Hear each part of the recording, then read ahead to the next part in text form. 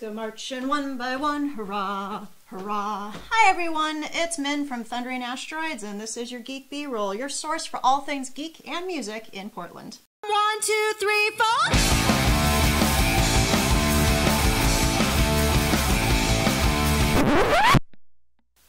So this is your Minn Minute, where I get to talk about whatever happened to catch my eye this week. And this week, it's Ant-Man.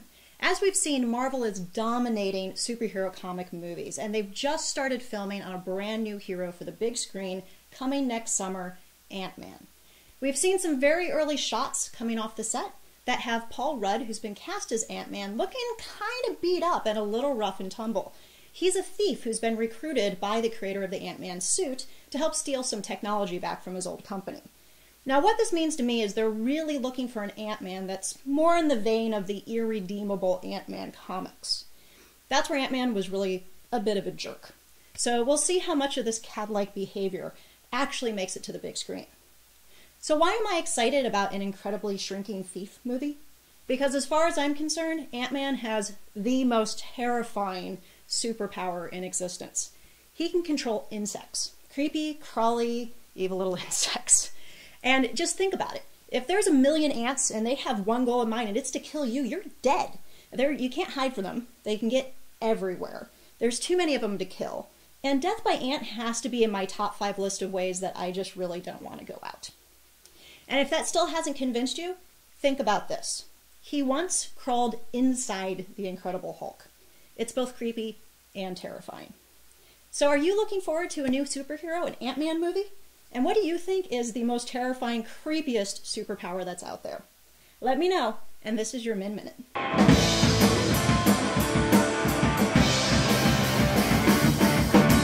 We have another great week for you coming up in Portland. First, from now until the end of the month, you're going to want to go pop into the Sequential Art Gallery. They have a showing from a bunch of comic book artists who work for the Monkey Brain Comics group. That includes local artists Colin and Ibrahim Mustafa, so you're going to want to check that out. Just north of the river, we have KimuraCon that's going on this weekend from the 29th to the 31st. That's an anime and manga conference that is in its 12th year, and it just keeps getting bigger. So go for the Dragon Ball Z, stay for the Evangelion. In music this week, we have a few very interesting shows happening. So on the 27th, we're going to have nerd duo Paul and Storm playing with local favorites, the Double Clicks, down at the Holocene. And on the 29th, you have 2 shows to pick from that I think are going to be really good. The first is Portland bands The Chemicals and Lunch. They're going to be playing down at Slabtown. And then you also have the Good Sons with their very last show of the summer playing at the Ash Street Saloon. It's going to be a really good week in PDX. As always, we can't possibly talk about everything that's happening in the city. There's just too much going on. But check out our Facebook page for more events. And if you know of something in the area you think would be interesting, post it up to our page with a couple weeks' notice and you just might make the show. Have a great week.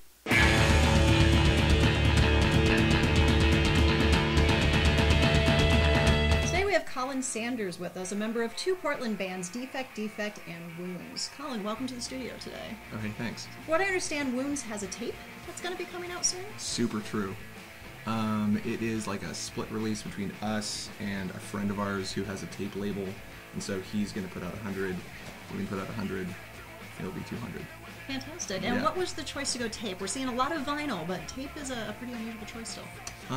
We're working our way there. This is our demo tape. So this is like phase 1. We're a new band. We're just stoked to go out there and rock and roll in the world. So yeah, that's I think our next step is probably going to be a 7-inch, and then maybe from there an LP. And what's the sound of the band? We play. It's kind of like Creed meets Nickelback type stuff. Not true. We are a punk band. Scared me for a second. Right. That would just... I mean, it's more ICP meets Creed, if that makes sense. Okay. No, okay. So punk, we are not hardcore, and the singer sings and shouts. Live music and punk, and you have a tape coming out soon. And where will people be able to get that? Great question. My friend's tape label is called Best Before 84, and they've got like a Bandcamp or something, and then an email. We'll have ours at gigs. Ideally, maybe we'll do a tour someday if we can get time off work and be actual people. That remains to be seen. Well, let us know when you have a release party and have gigs where they're for sale, and we'll post those up to our site so everybody knows to come out and see them and get the new tape. Now, the other band is Defect. Fact. How would you describe their sound? Nickelback meet. Okay. So No more also, Nickelback. okay, Off the show. Nickelback free. Right. I'm out of here. If you can't take Nickelback, I'm off it. It's punk. It's more hardcore. Okay. But like early '80s hardcore, not like Madball or like there's no bows thrown. Okay. But still, I don't know. We get compared to Black Flag. We get compared to the Wipers, so it's probably somewhere in between those. I don't think we really sound like either. But people have to compare us to something, I guess. It makes them feel better. It's a requirement. That's fine. Yeah, I like those bands, so it's not like Creed or Nickelback, who I don't like. To be just perfectly clear, not a fan. They're just in the forefront of my mind all the time. Because you're such a not fan. Right. I'm like, I don't know why I have their records. I just don't know why. It's because I don't like them. Now, how long has Defect been around? It's too long. Since 2006, I guess. Okay. I don't know why we're still a band, but we technically are. We play shows and stuff, but yeah. Bands usually break up by then. Yeah, it's holding together a really long time for a band. Yeah. And you have some new shows coming up. We do, yeah. We got some hot gigs. We're playing on the 3rd with, we toured Japan with this band, Your Pest Band, and we did a split with them, and they're awesome, and they're my buddies, and we're playing on the 3rd of September at Boogie's Burgers with them, and then we're playing at the High Water Mark 2 days later on the 5th with Flesh World from the Bay, and Dark/Light, one of my fave bands from here. I'm so excited.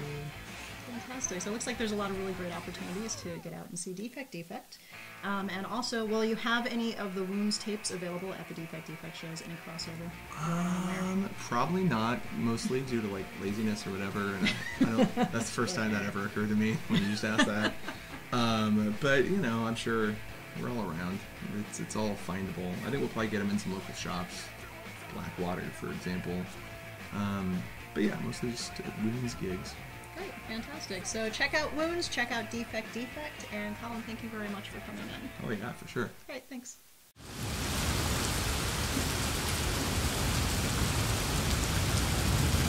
So today we have Virginia Paine, a local comic creator and the owner of Sparkplug Comic Books, in the studio with us today.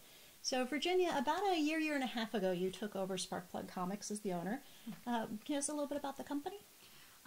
Yeah, Sparkplug Books has been around for over 10 years. It was founded by Dylan Williams. He focused on publishing artists whose work he felt was underappreciated and artists who had very unique voices. It definitely tends towards more arty, experimental work, sort of playing with the medium.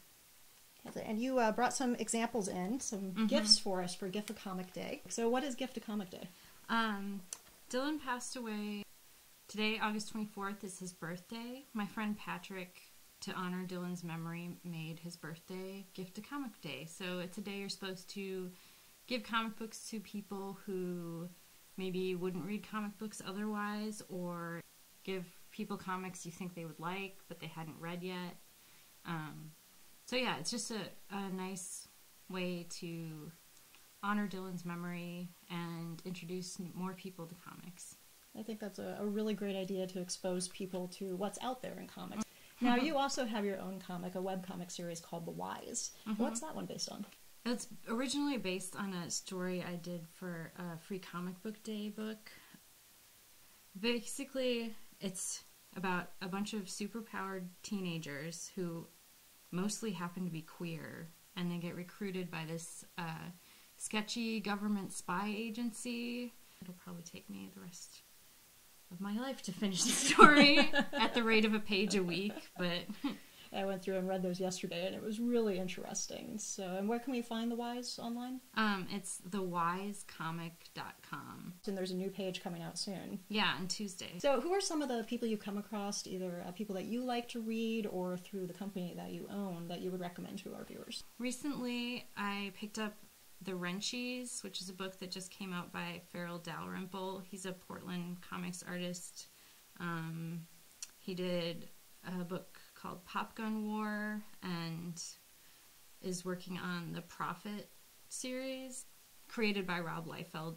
Brandon Graham is writing it now, but so it's his full-length graphic novel, and Peril's art style is really interesting. He's really good at like drawing children. It's about a bunch of children sort of having an adventure, but it's really dark, and the story's really complex and weird.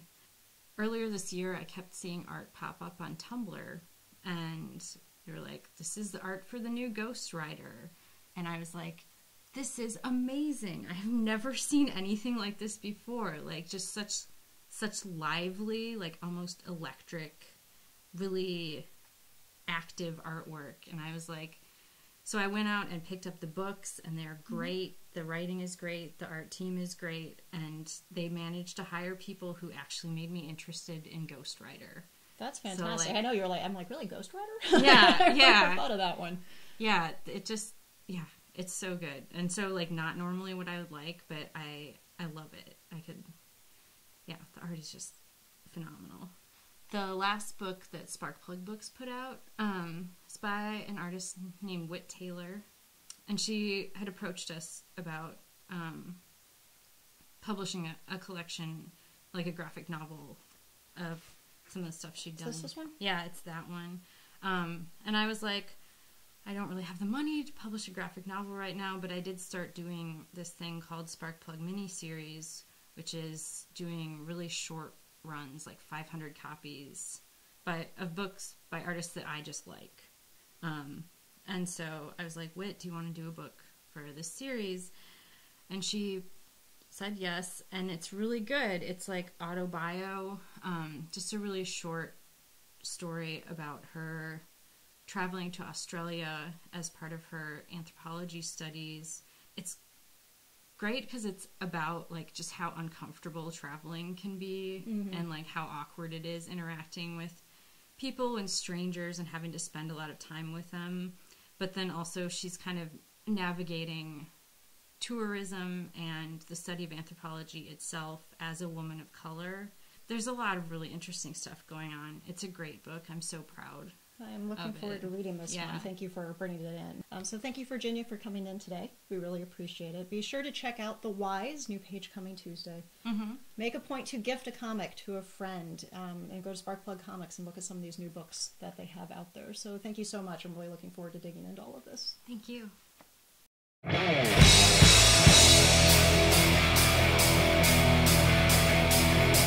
Available from Peril Press. Long Night by Elmore Leonard. Saddlebum by Alan LeMay. Thank you for watching our show this week. Be sure to subscribe, like our Facebook page, share us on all the social medias, and we will see you next week on the Geek B-Roll. The ants go march.